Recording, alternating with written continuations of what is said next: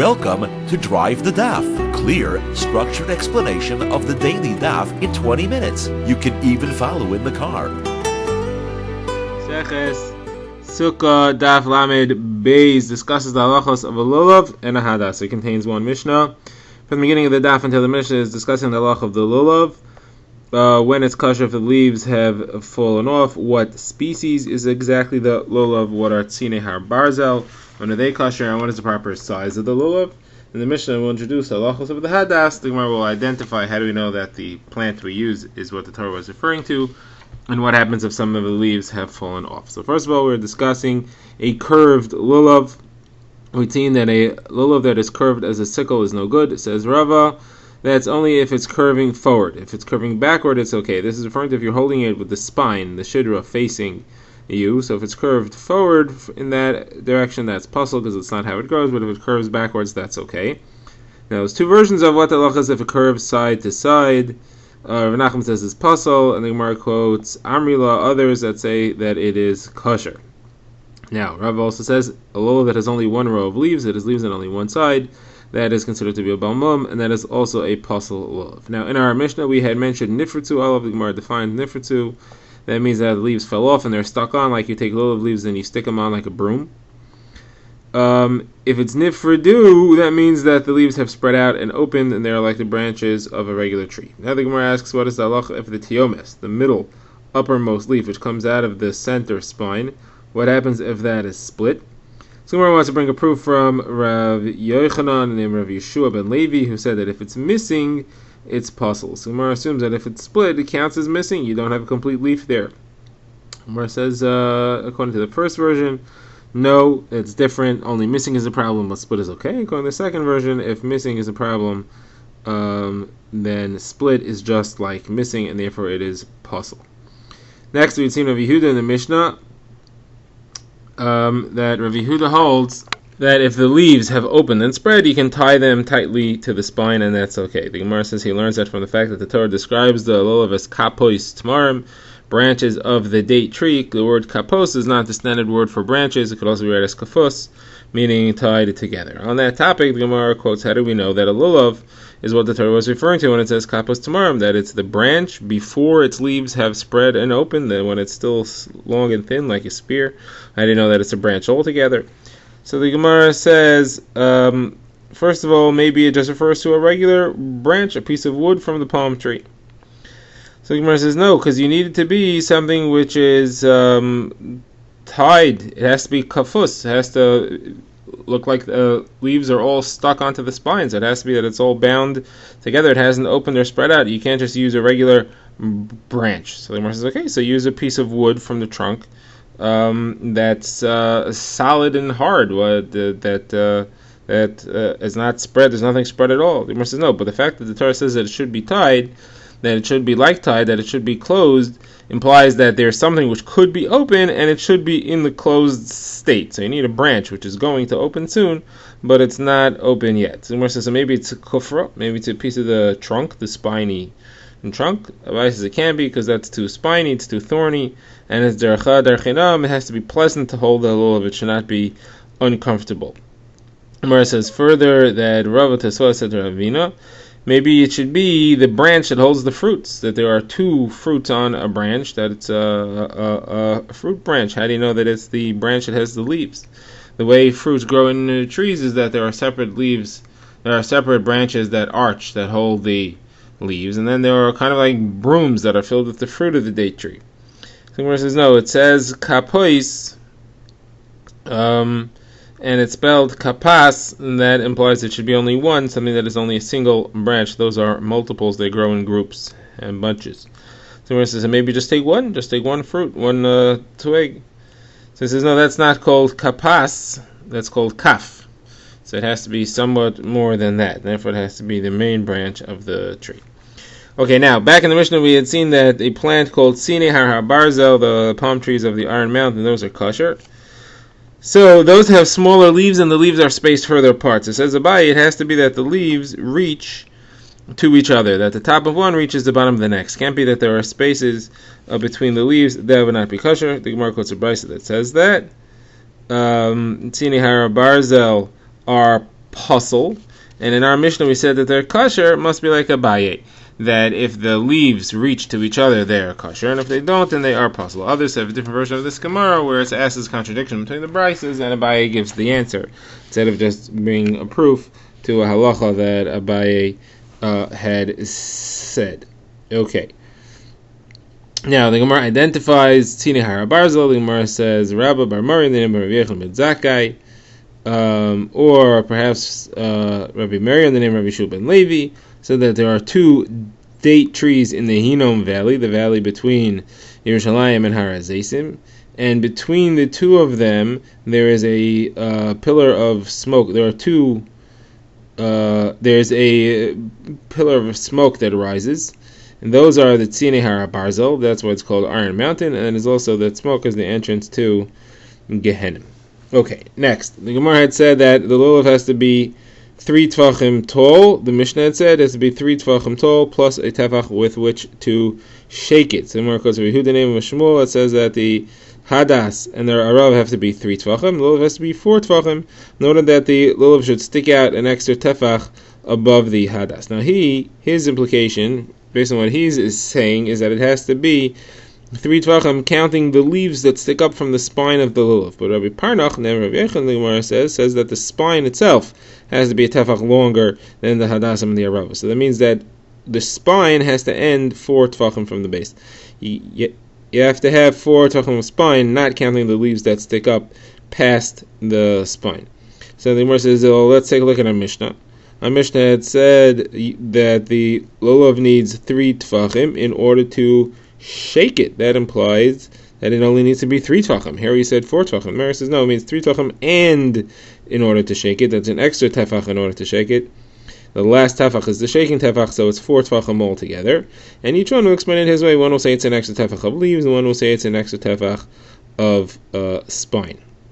Okay, the Gemara tries to bring a proof that you do not need to have leaves. The Gemara says that there's a Mishnah that says that the size of a hadas and an arava is 3 tvachim, and the lulav is 4 tvachim. Now, just like on hadas and arava, we're counting leaves, and the lulav should also count leaves. The Gemara says no, not necessarily. We're not talking about the leaves. We're talking about just the hadas. We're talking about just the spine. Doesn't necessarily prove that the leaves don't count.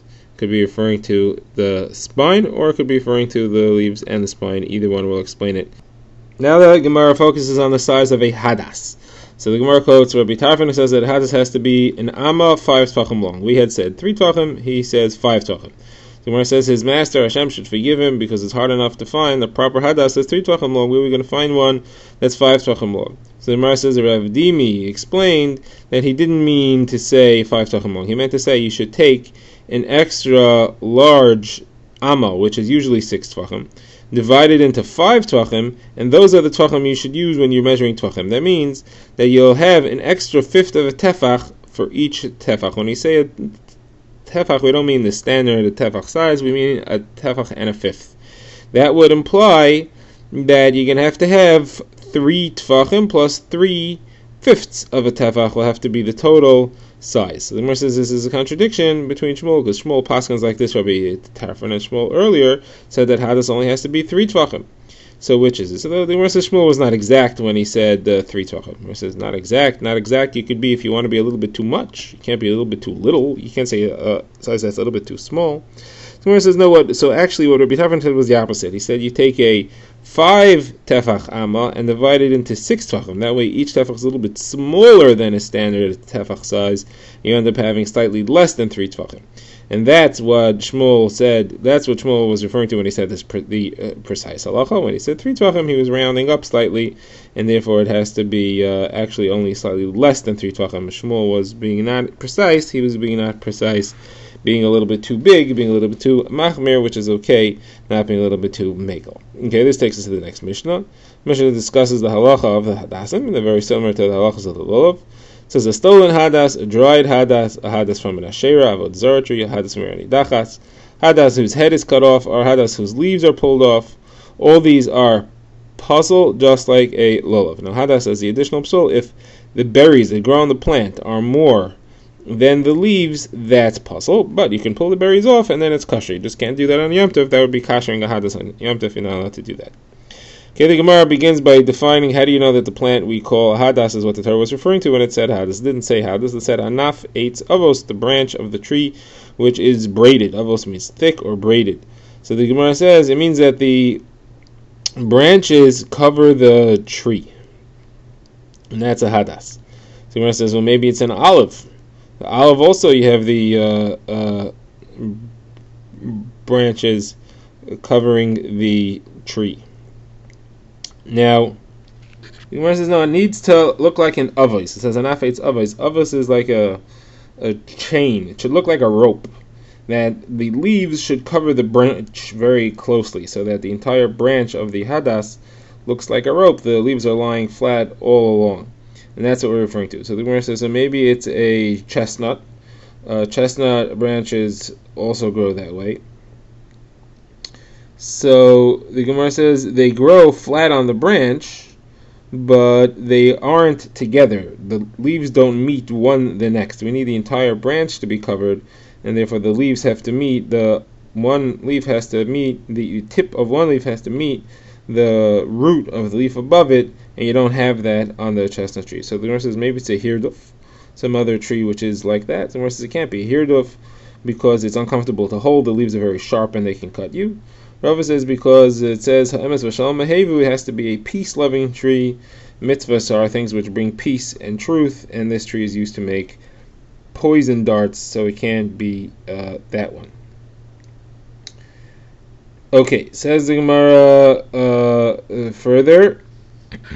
Other ways of identifying the hadas, it should look like a braid. The hadas tree looks like a braid, like a chain. Rabbi Elazar ben Yaakov says it's called a naf eitz avos, which means that the taste of the fruit and the tree should be the same. That applies to a hadas. Says the Gemara a brisa that it has to be avos. The branch of the hadas tree has to be called avos. What does avos mean? So Rabbi Yehuda says avos means that all three leaves on each row have to come from the same stem. The same spot on the branch has to grow all three leaves. You can't have one a little bit above, one a little bit below. Rav Kana said it's enough if you have two and one, two together, and one a bit above and below. Now Rachab Rei de Rava was the Talmud of Rav Kana. He used to specifically look for a hadas like that, 2 and 1, because his Rebbe Rav Kana said that is kosher. Even though if it was 3, it'd for sure be kosher, but he wanted to stick to his Rebbe's words.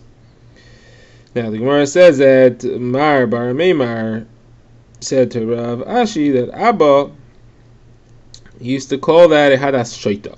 He used to call that a crazy hadas, that it's not growing properly. It does not have all three leaves growing from the same spot. Okay, now we're called to Brisa. Brisa says that if most of the leaves fall off, it's kosher as long as the branch is still covered. Now, most of the leaves, the majority of the leaves, Rashi says, means that in each spot, 2 out of the 3 leaves fell off. So, says, well, how could the branch be covered if 2 out of the 3 leaves fell off? So, the Gemara says, Abai explains, it's referring to a hadas mitzri. Hadas mitzri, Rashi says, either is one from Egypt, or one that grows on the borders of the fields and has a lot of room to spread out.